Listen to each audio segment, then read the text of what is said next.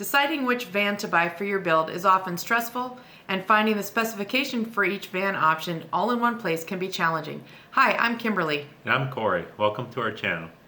In this video, we provide the specifications for each model of the three main cargo van manufacturers.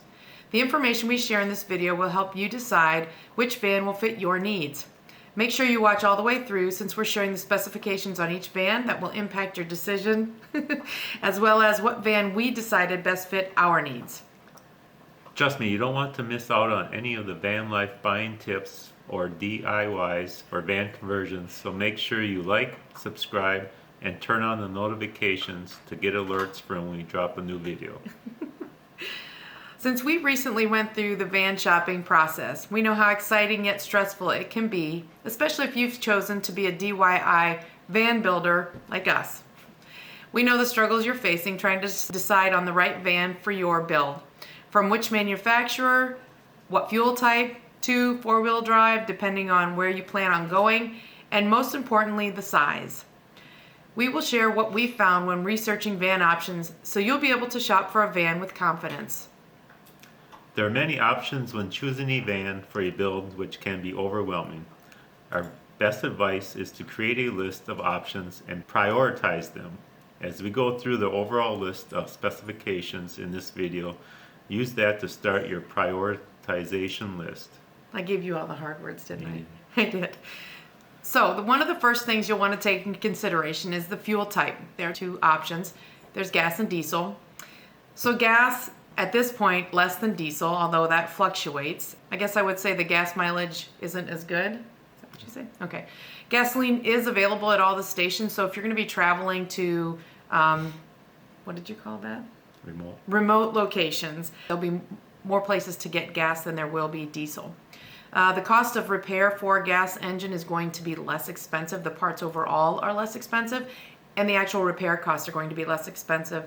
In addition, it's going to be easier to find somewhere to get your van repaired if it is a gas engine. There's more places to go.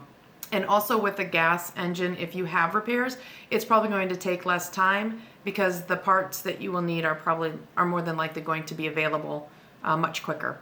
So for a diesel engine, what you're paying for is the likelihood that the engine itself will last longer. The cost of fuel is currently more than gasoline, but that has changed. You do get better gas mileage with a diesel engine, and there is a liquid that you have to add. It's an additive called blue for some of the diesel engines. This is something that you can turn off. If you don't know how to do it, it costs around $1,000. It is probably illegal to do, frowned upon. What the blue does is it's a emissions. It reduces the emissions of the vehicle. So you have to fill it up every so often, a certain number of miles. As the volume drops in your vehicle, you will notice that the dash will tell you you have X number of starts left in your vehicle. And if you don't replace or refill that blue liquid, which is available at gas stations and all kinds of stores. I mean, Menards carries it where we live, right? Walmart. It's readily available. But if you don't fill it up, by the time that those starts get down to zero, your vehicle won't restart, and you'll have to get it into a dealer, probably by towing it, to get that fixed, to get that reset and filled up. Engine repair for a diesel is going to cost more money. It's going to be more difficult to find places that will be able to fix your engine if it's a diesel engine, and the parts themselves are traditionally more expensive, and it may take a longer time to get those in than it would a regular engine, gas engine. So first we'll start with the Ford Transit. They offer 2 gas engine options and 1 diesel engine. The 2 gas-fueled engines are 3.5 liter direct injection and a 3.5 liter EcoBoost.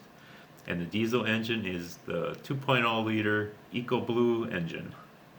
These vehicles come in rear-wheel drive with slip differential, and all-wheel drive.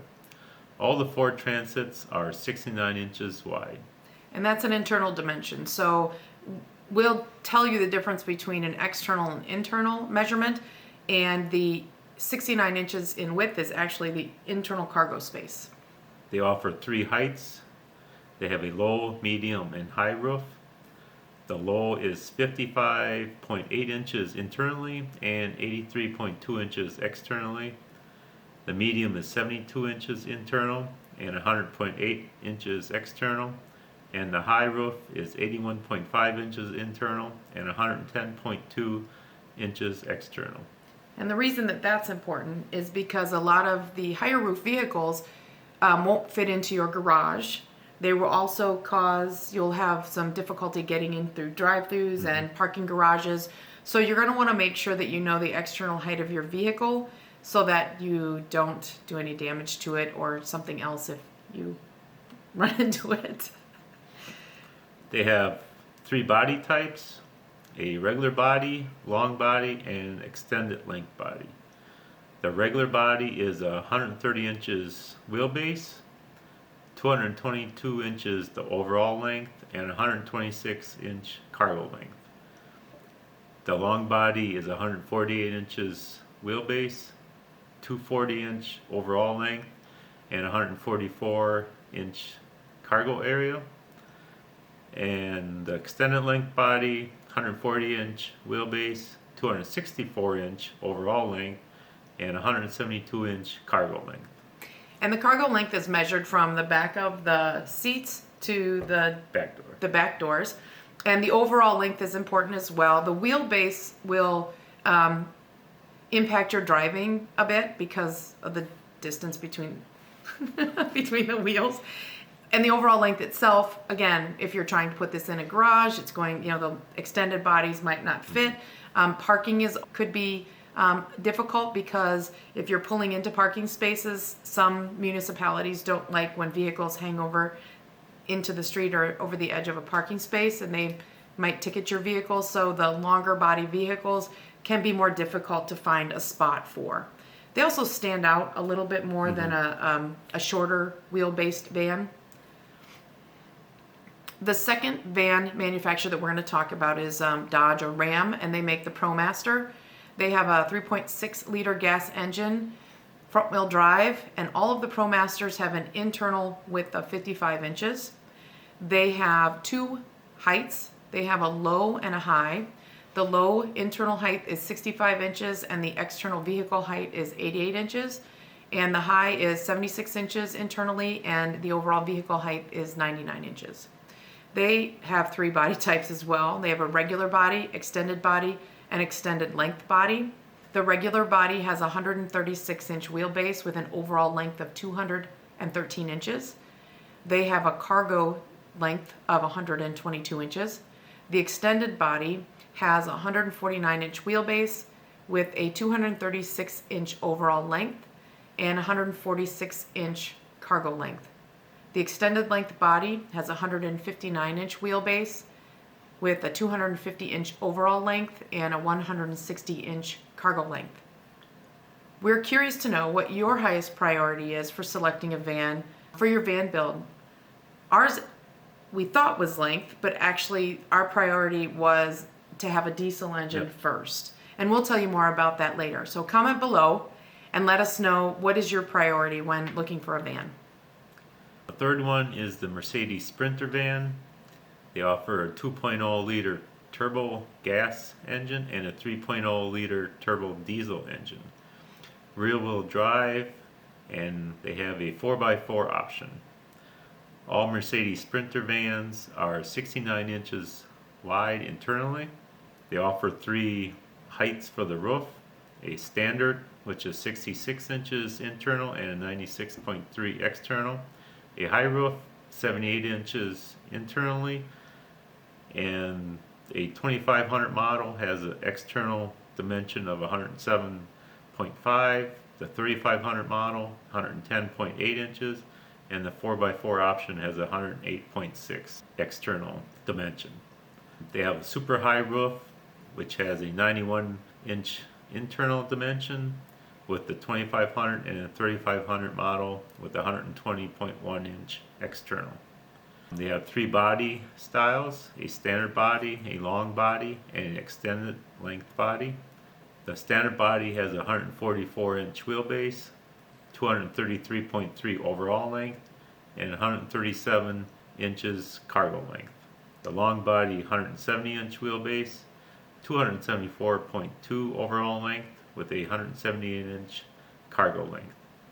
And the extended length body has a 170 inch wheelbase, 289.8 overall length, and 194 inch cargo length. Specific lengths. There are 2-wheel, 4-wheel, and 4x4 options. So a 2-wheel drive vehicle is good for any dry terrain. It's less expensive and provides better fuel efficiency. The Promaster offers, is that the only vehicle with a front-wheel drive? Rear-wheel drive is Mercedes-Benz and Ford. A rear-wheel drive is an advantage for a camper van because most of the weight is going to be, once you build it out, most of the weight is going to be in the rear part of the van. So that's going to gain better traction for your vehicle. All-wheel drive is, Ford is the only one that offers that model, and Mercedes-Benz is the only one we could find that offered a factory 4x4. There's fewer available of these, and based on your needs, these are great for driving in a lot of snow and off-roading. So if you feel that you're going to do a lot more of that, I would look for a 4x4 as an option so that you really don't struggle with getting your van stuck somewhere. Because oftentimes you're taking your van to places where nobody else is, so then you're stuck trying to get your van out. Your priorities will determine which manufacturer and size of van best fits your needs. Our number one priority was to have a diesel engine because we knew we were going to buy a van with some miles on it. A close second was our desire to have a built-in space for both a shower and toilet. We also wanted room for a queen-size bed and all the items we want to bring with us on the road. An extended body van would also provide us the space to relax separate from the bed. We wanted a permanent bed, but we didn't want to have to make it and unmake it and just have the bed. So we wanted seating and we want a lift bed. So we'll let you know how that turns out.